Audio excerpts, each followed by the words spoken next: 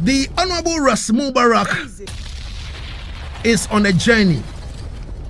The Trans-Africa Tourism and Campaign, spearheaded by the former Kumbugu Member of Parliament, Ras Mubarak,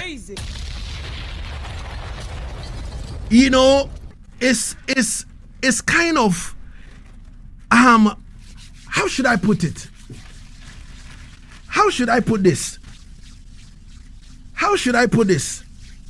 The man is on the way making sure that in 2030, there will be borderless Africa. There will be visa-free Africa. Now, he has started with 39 African countries. Easy. You understand me?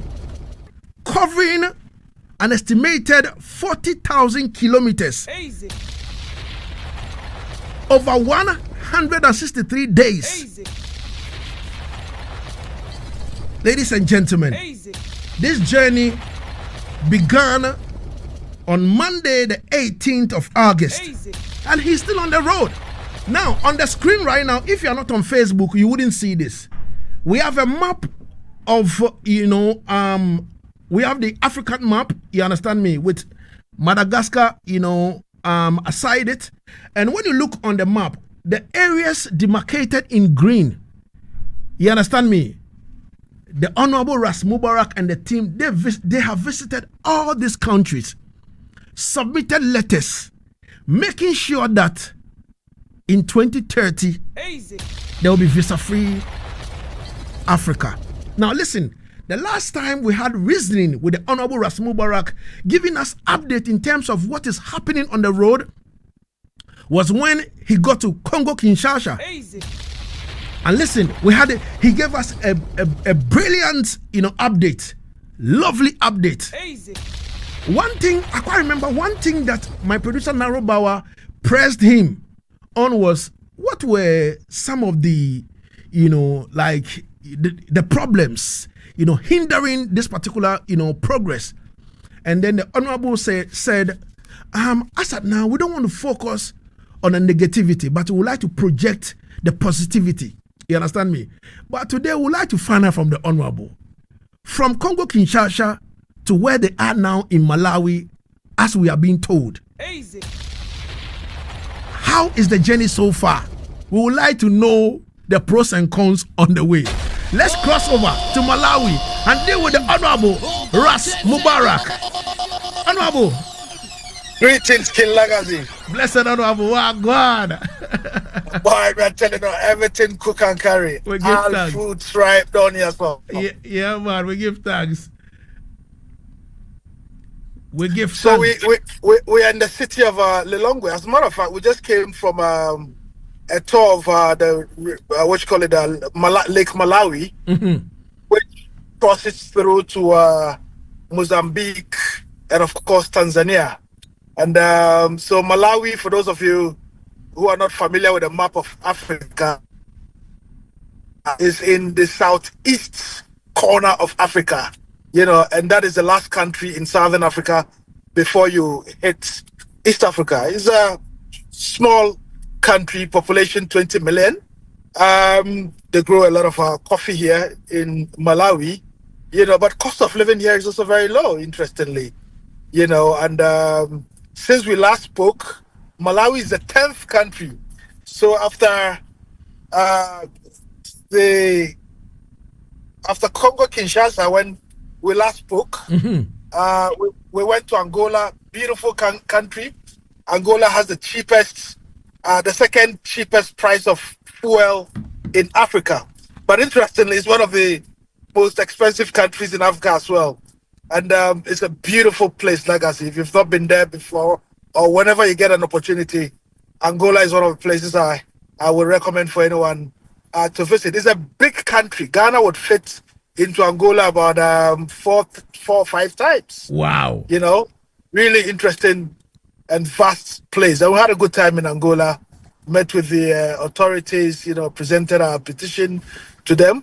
And Angola is one of those countries that strongly made a commitment that hopefully within the next 4 years, they would put in place systems to ensure a visa-free policy for all Africans who are coming to the Republic of Angola. And from Angola, of course, we went to Sam Nuyome's Namibia, another small country, very beautiful. The roads are exceedingly wonderful. They've got a lot of cattle in Namibia as well, small population, but they're doing very well for themselves. And I've said it time and again that I don't see why, as Africans, we should bring in beef from Europe or Asia or North America when there's so much beef, in Southern Africa. Places like Namibia, places like Botswana, places like Zambia, they grow they have so much cattle they don't even know what to do with it.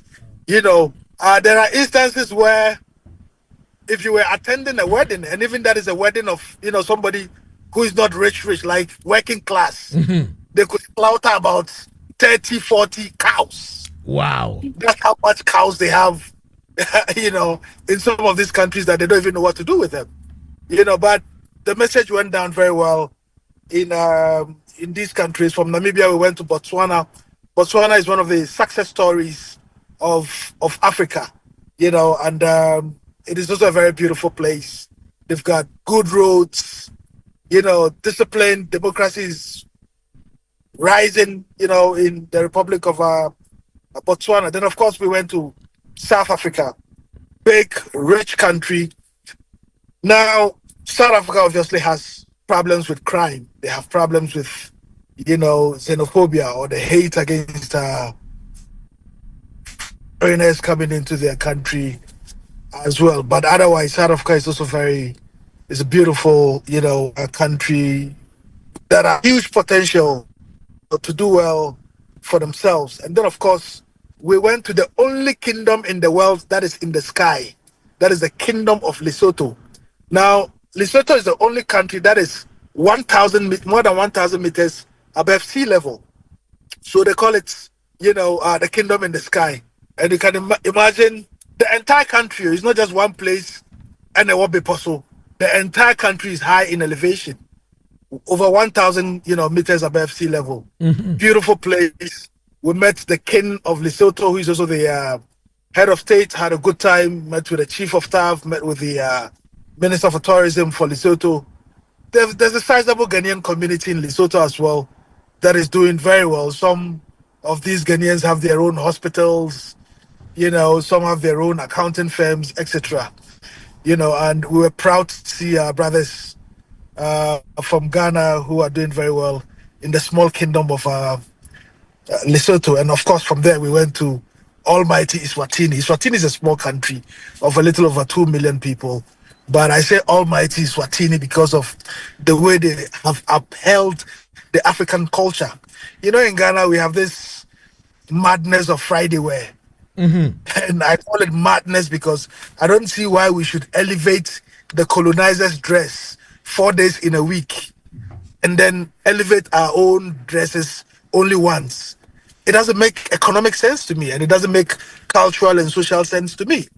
In Malawi, you could wear the traditional dress, and I'm sure you've seen pictures of that, the one that the king wears. Mm-hmm. You could wear it to any office on any day of the week, wear it to boardrooms, and nobody's going to say anything. And I think as Africans, these are the sort of things that we need to project. I mean, I don't have a problem with people wearing the colonizers' dressing, and really and truly, I must use this opportunity also, educate the public. In Europe and North America, where it is cold, people are wearing coat and tie because they are freezing, they are dying. Not that side. Yeah. And so they put on the necktie and the coat just so that they can keep warm. In hot Africa on a Sunday, people going to churches, walking, as a matter of fact, they're wearing coat and tie. And we have to begin to, the process of re-educating our people on what we need to be doing as Africans. Today, all over Ghana, people are talking about whether or not to cut, children's hair when they go to senior high school. As if knowledge and wisdom and discipline has any correlation with, the hair you grow on your head. But just to be on track from Eswatini, of course, In Eswatini, one of the interesting things I learned is that if you're a commoner, if you're not from the royal family and you want to get married, Lagazee, you must be looking at 17 cows as the dowry you pay, to the woman's, family. Wow. And the thing is, people in Ghana may think, oh my goodness, this is so expensive. But it's not, because the average, citizen of Eswatini keeps a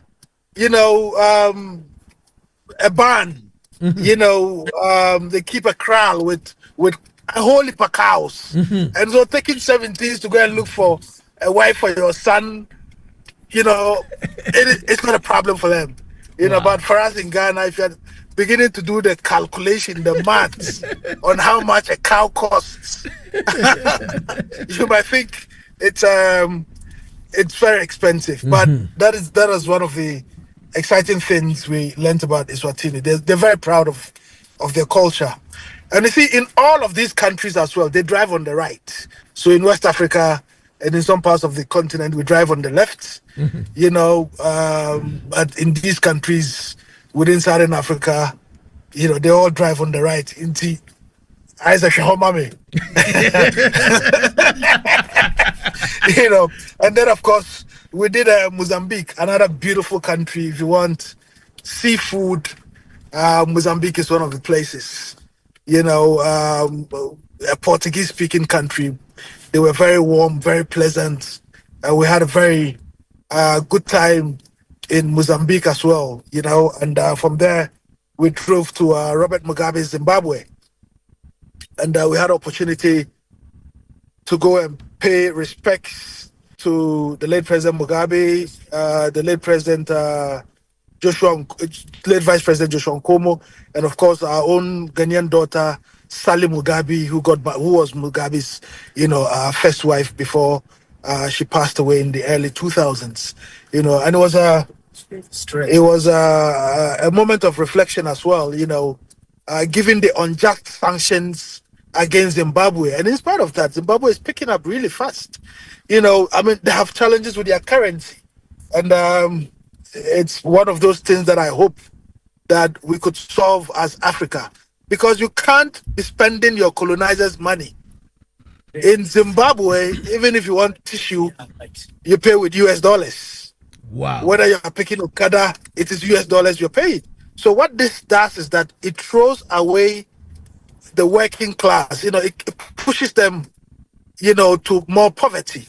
And we're hoping that the leaders can see reason to let us have one African currency, where whether it's Zimbabwe you went to, or Morocco, or wherever, it is one African country. I think that would streamline things, for our people in Africa. And of course, from Zimbabwe, we went to Kalusha Bwalia's Zambia. Had a good time in Zambia, met with the vice president, met with the minister for tourism, presented our case for visa-free Africa.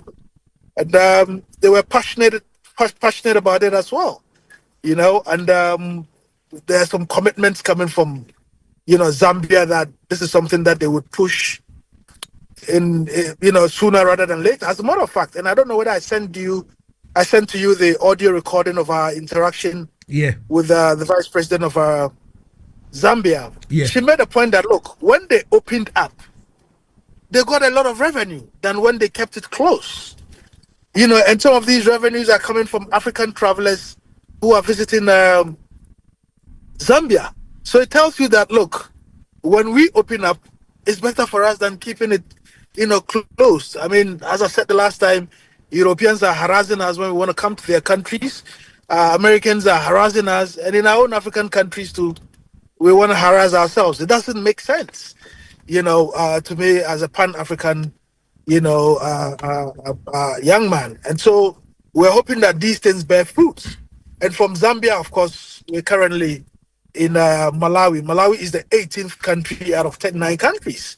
We have successfully completed the mission here in Southern Africa. Tomorrow we're meeting the Minister of Foreign Affairs to present our case, and hopefully we would get to meet the vice president, who is a lady and who happens to be married to a Ghanaian. So Ghanaians are not only conquering the world in some other things, but they are representing Ghana very, very well. You'll be shocked. I mean, the number of Ghanaians we met in Southern Africa, like literally everyone was married to a lady from Southern Africa. And they will tell you that it's not that our Ghanaian ladies are not nice looking or whatever, but they will tell you the humility of the Southern African women. They will tell you that the Southern African woman is open to even polygamy. And the African and the Ghanaian would want to have a tin and tin here and there instead of this colonial albatross with wrapped around our necks. So our next destination from Malawi would be Tanzania, would be in Dar es Salaam for a few days holding meetings. Unfortunately, in Tanzania, we can't do much because we are arriving in Tanzania when they are holding their general elections. We cannot postpone our dates of arrival to Tanzania. And so we just have to go and have a nice time, leave the petition behind, and move forward to Burundi and subsequently to Rwanda in Kigali, then Nairobi in Kenya, then Kampala in Uganda, then we drive to Ethiopia as well. From there to South Sudan, then to Central African Republic, Chad. Then from Chad, we drive to Niger, and then of course from Niger, hopefully to Algeria and Morocco, and then Mauritania. Then we come to Senegal, Gambia, Guinea, Guinea-Bissau, Sierra Leone, Liberia, the Ivory Coast, Ibrahim Traore's Burkina Faso, and back home in Ghana next year at the end of January or early February. And this is all for the love of Africa. Wow. Honorable, once again, I would like to say congratulations, on the journey so far. You understand me? I know it has never been easy at all and all that. Now, I would like to know, has it been smooth, like how you giving the updates? It's like everything is kind of perfect on the ground and all that. You understand me? Not really. I mean, I can share some experiences with you. For instance, this is just a ticket. Okay. We got for speeding. Wow. And we paid 30,000 Malawian kwacha. Wow. Some of these countries, they don't joke with their speeding regulations. Wow. We were supposed to be doing, 60 kilometers per hour. We ended up doing 85. And they said, look, you are our brothers from West Africa. We love you, but the law is the law. You would still pay. And you pay and you get your receipt. And that's the difference, between their system and some of the countries in West Africa, where when the policeman harasses you and take money, they're keeping it in their pocket. So there's no evidence that you've even paid anything to the police. I mean, we don't mind so long as the money is going to the state, to the government, so that the government can be able to build more roads, hospitals, and improve upon the livelihood of the people. And there are places with best ties. I'll share a story with you. When we're leaving Mozambique to Zimbabwe, sometimes you just have to go the old way. But we used Google, and Charlie, we got lost and went through some crazy places. We ended up in a park. What you call it? A game reserve. A game reserve. Wow. Now, this was in the night. We were lost. No internet connection. No GPS, nothing. We busted 2 ties, like within 30 minutes interval. Wow. And we didn't know where we're headed. And you can imagine in a game reserve, Charlie, some lion or some cheetah or some. Wow.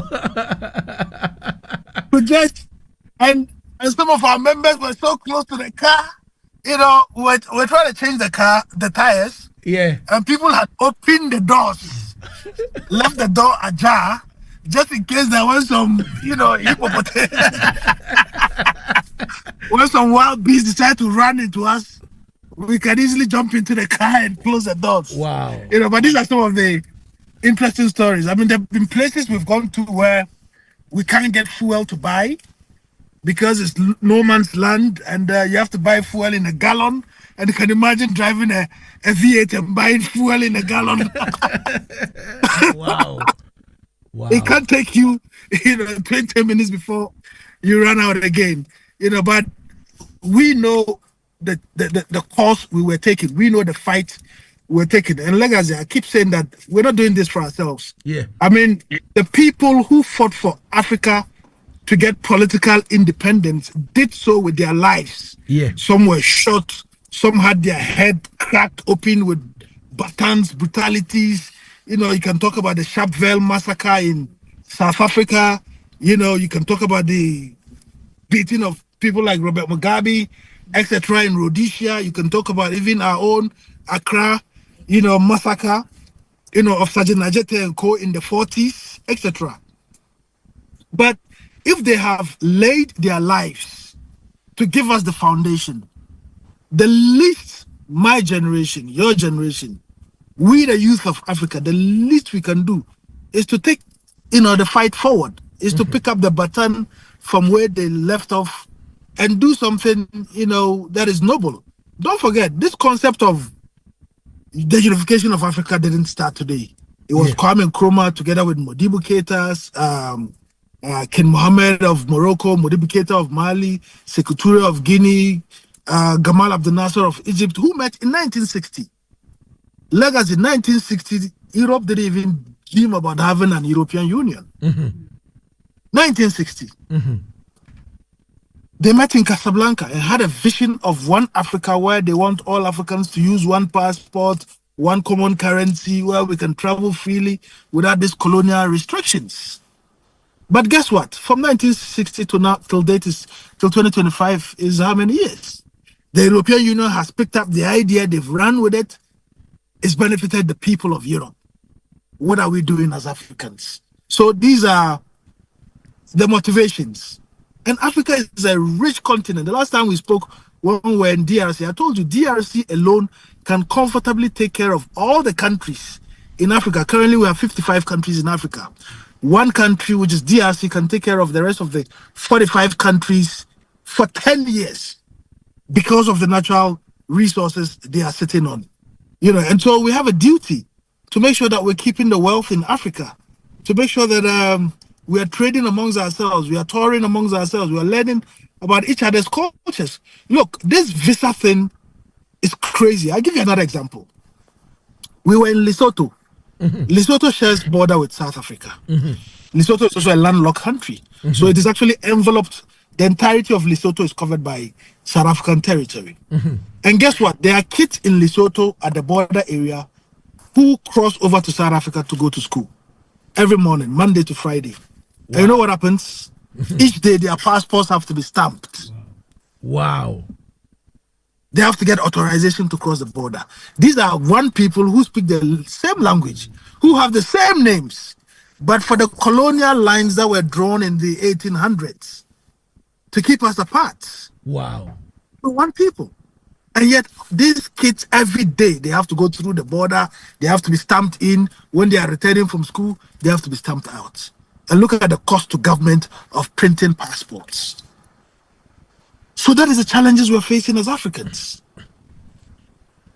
Wow. Wow. And until we took a bold decision as young Africans who would pressure our government, because we can't wait till 19, I said 19, we can't wait till 2063. The AU has a vision of a one Africa where by 2063, Africa is borderless. Lagazee, that is 40 years from today. I'm almost 50. I'm in my 40s, And you can imagine what our kids will be telling us, what our grandchildren will be telling us. What did you do to advance the cause of Africa? What did you do to add to what Nkrumah and co fought for? I mean, they've done their best. They've died and gone. Are we going to continue to allow the colonialists and the imperialists to keep cheating us? We have resources, natural resources. Look, we don't even determine the prices of the natural resources we have, whether it is copper from Gambia or gold from Ghana or oil from Nigeria. We don't determine it. Somebody sits in Europe and North America and they determine how much they are going to pay us for the cocoa. And we can't unite and realize that, Charlie, we are getting a 6 for a 9. Africa has enormous potential. And the sooner we got our act together, broke down the barriers that keep us apart from each other, traded a lot more amongst ourselves, the better for our people. Because it will stimulate the economies of Africa, it would create jobs for our people, etc. Wow. Wow. Ladies and gentlemen, the Honorable Ras Mubarak is giving us update in terms of what is happening on the road. You understand me? Driving through 39 African countries. Ladies and gentlemen, I have Naro Bawa in the studio. I have Empress Debbie in the studio as well. My producers are here. Naro said he's got a question for Ras Mubarak. Greetings, Ras. Ras, greetings. Yes, Naro, greetings. Yes. My first question to you is what has been the most inspiring or emotional moment for you so far on this tour? When we met the acting prime minister of Lesotho, okay, then she said to us that, look, my brothers, we are with you in this fight. You can see that in our country, people are making a mockery of even us upholding our tradition. Mm-hmm. And what you're doing would keep our people together. And guess what? We went to Zambia. The vice president of Zambia, she's from the north of Zambia, rural area. Okay. By age 12, she still didn't have slippers or shoes to wear to school because there simply was none. And in spite of that background of coming from a rural country, she defied the odds, rose through the ranks, and became who and second minister as vice president. Yeah. Now, the takeaway from the story of Zambia is that, look, it doesn't matter your address. You could come from Choko, from Agbogbloshie, from Nima, from Kanishi, wherever. So long as you keep striving, so long as you put God first and work harder, someday, somehow, God is going to open a way. And if she could rise through the ranks, given her background, as a matter of fact, she doesn't even know her date of birth. Wow. Because she was born in a rural area. And in those days, they didn't, keep records. Keep dates of birth. I mean, you would use events to remember, which year? That year it rained a lot, or that year it flooded, or that year, so and so was in. But beyond that, there's absolutely nothing that could indicate their date of birth. So it is stories like that. But it is also stories of farmers who live in rural Africa, but who say that, look, in spite of these difficulties, every morning they are by the roadside and selling and trying to eke out a living. These stories really give us inspiration. And there are people who've met us on the way and said, look, here are some we're doing pretty much hotels, but they'll say, here are some tomatoes. We like what you're doing. When you get home, you can cook some food with it. Yeah. We've had somebody give us potatoes, etc. We had to, obviously subsequently give them away because we didn't have any utensils to cook them. But ordinary Africans see us on a daily basis. They come up to us, whether it is fuel we are buying, etc., and say that, look, we like what you're doing. And we've also met some politicians, who have had to go through struggle to even get from one African country to the other. Currently, if you're flying into some parts of Africa, you might go outside of Africa, And come back. right? To come back. How does this make sense to anybody?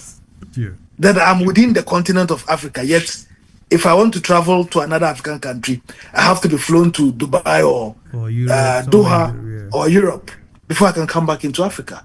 So these are things that are putting us down. And until the leaders, made a courageous decision, I'm glad about the position that Ghana has taken, which is that in the next 12 months, because we are coming from Ghana, Ghana has always been the epicenter of the Pan-African movement. If Ghana doesn't make a statement, people will say, but you Ghanaians are leading the thing. So Ghana is going to, do this in 12 months, where all Africans can come in, without the requirements of visas or, all the bureaucracy that come with, traveling across borders, which would be a good thing for our people. Because here's the advantage, and most people have not even drawn their attention to this. If somebody came to Benin or even to Togo or Burkina Faso as a tourist and is visa free to Ghana, it's easier for the person to say, oh, then let me just drive to Ghana as well and see how Kwame Nkrumah's Ghana is looking, than to fly all the way to Benin and fly back to their country and come back another day. Well, to Ghana, Ghana to Burkina Faso is actually visa free though. If you're entering Burkina Faso from Ghana, it's visa free. No, I mean, the whole of West Africa is visa free. I'm just citing an example. Okay. The whole of West Africa, because of the regional ECOWAS thing, all ECOWAS nationals can travel to all ECOWAS countries without the restrictions of visas. Yeah. But Africa is not just, ECOWAS. Sure. There is SADC.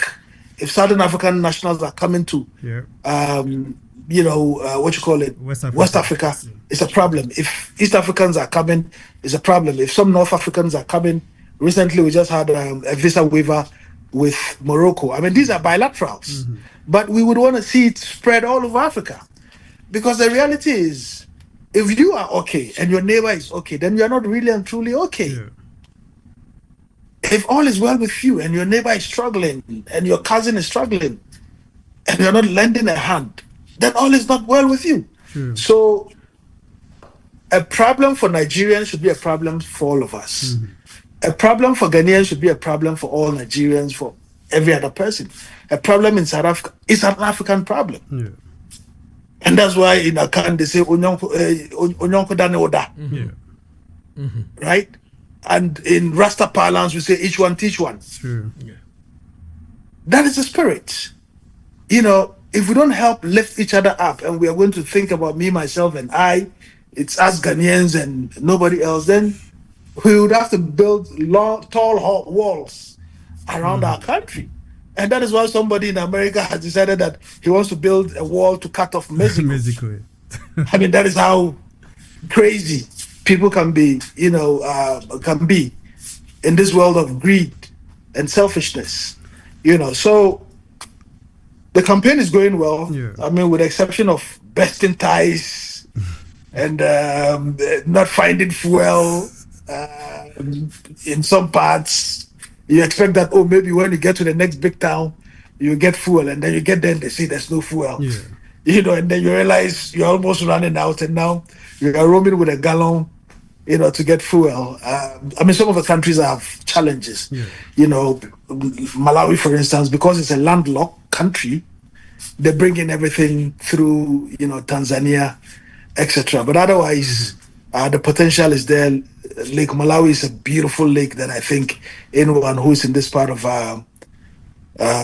Southern Africa should take an advantage to see it. Fortunately, it is Malawi is visa free for all Africans, all Ghanaians, and so is Tanzania, where we're heading, and several other countries. And I think we are fortunate as Ghanaians because we have visa free systems with a lot of the countries in Africa. I think largely because of how we supported their presidents when they were struggling for independence. I mean, if you look at Zimbabwe, for instance, Robert Mugabe studied in Ghana. He found a wife in Ghana.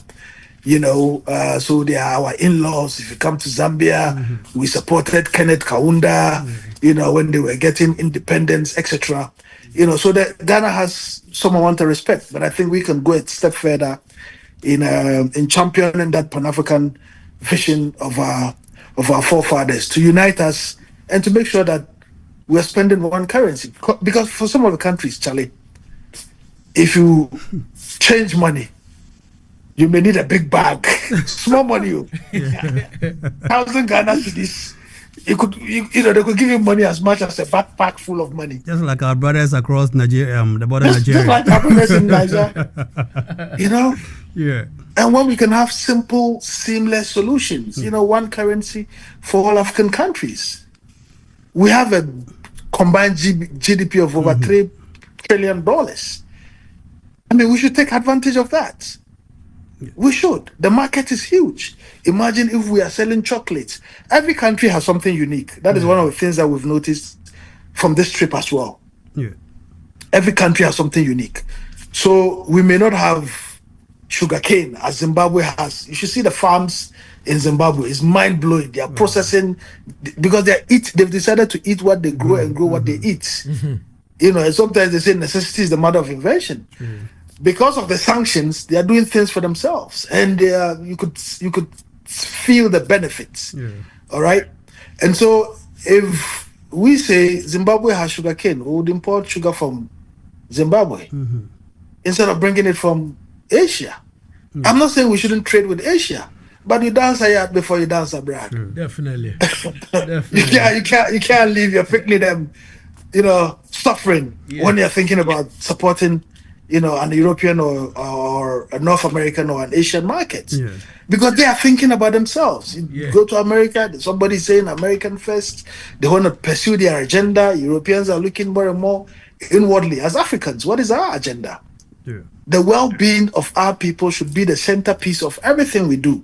Nothing more, nothing less. All right. My last question before my colleague Debbie comes in.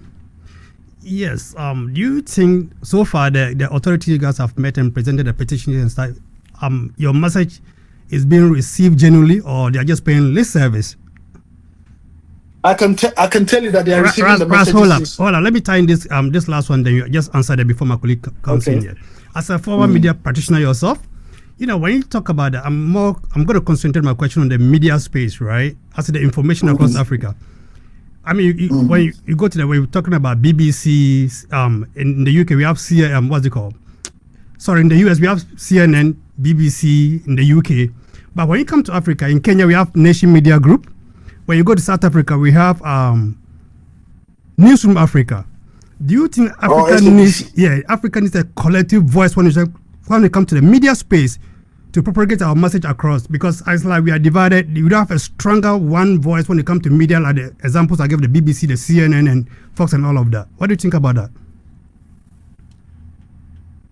Well, it's an interesting perspective, but the reality is that the media landscape is changing so fast, as you know.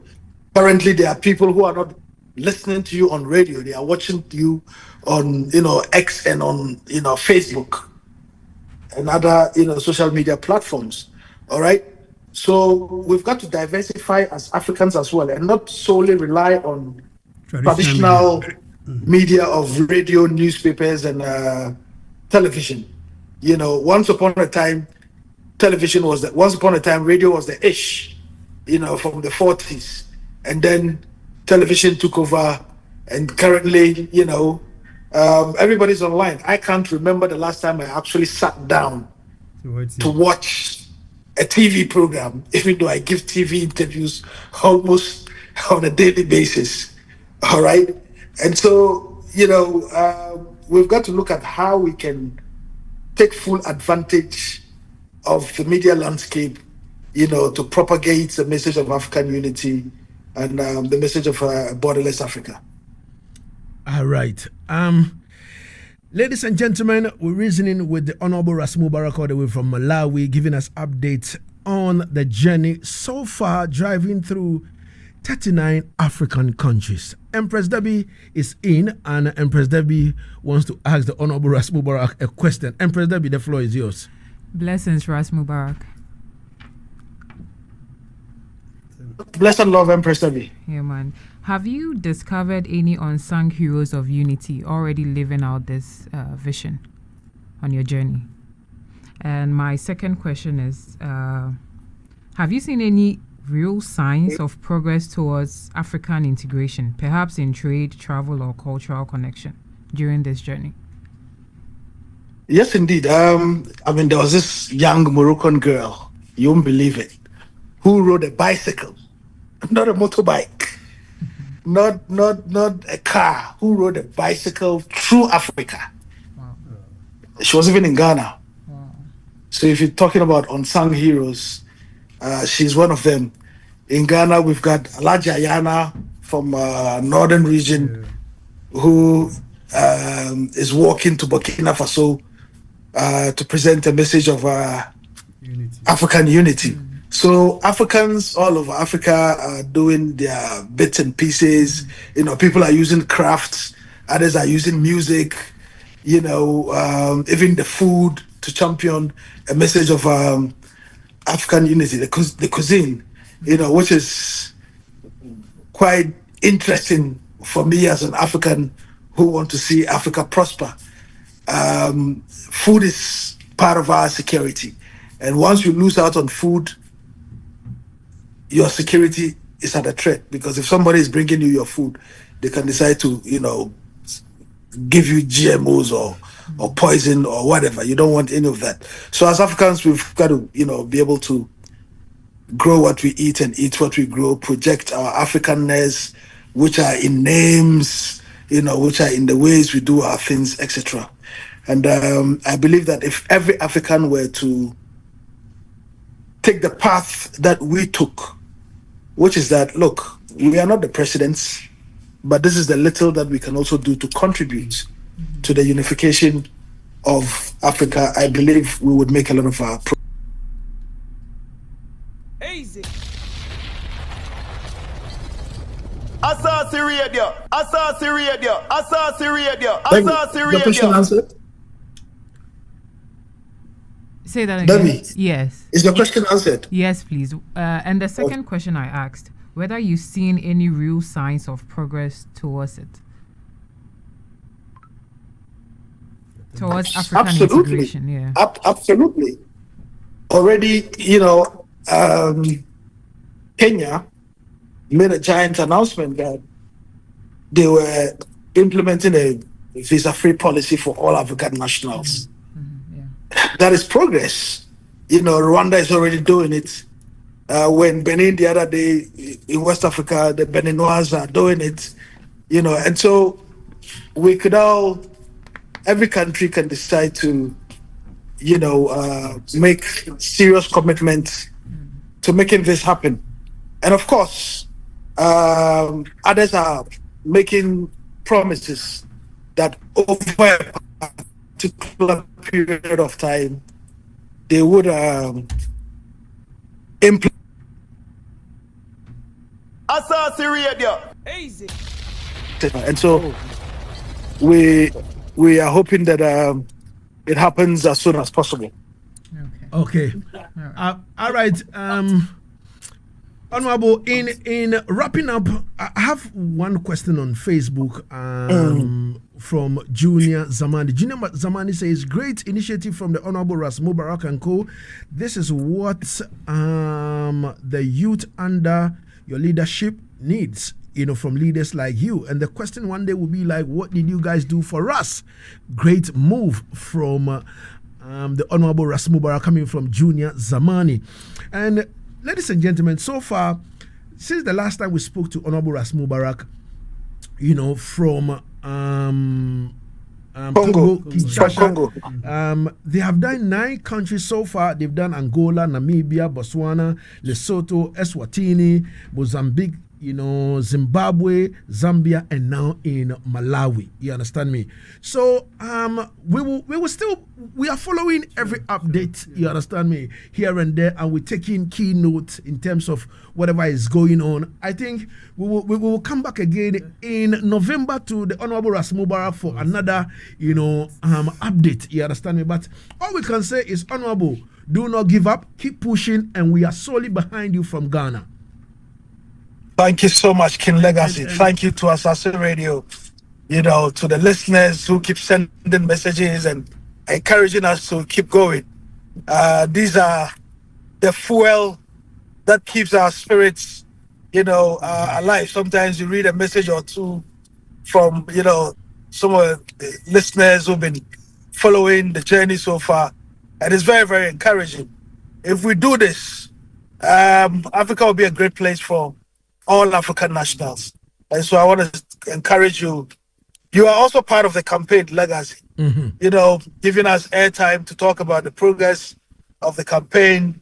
Asaase Radio is part of it, and tomorrow, when all is said and done, when history is written, you would be remembered rightly for standing on the right side of history. So I wish you God's blessings and guidance as we do this together for Mother Africa. We cannot do this without the media, and certainly your contributions are invaluable.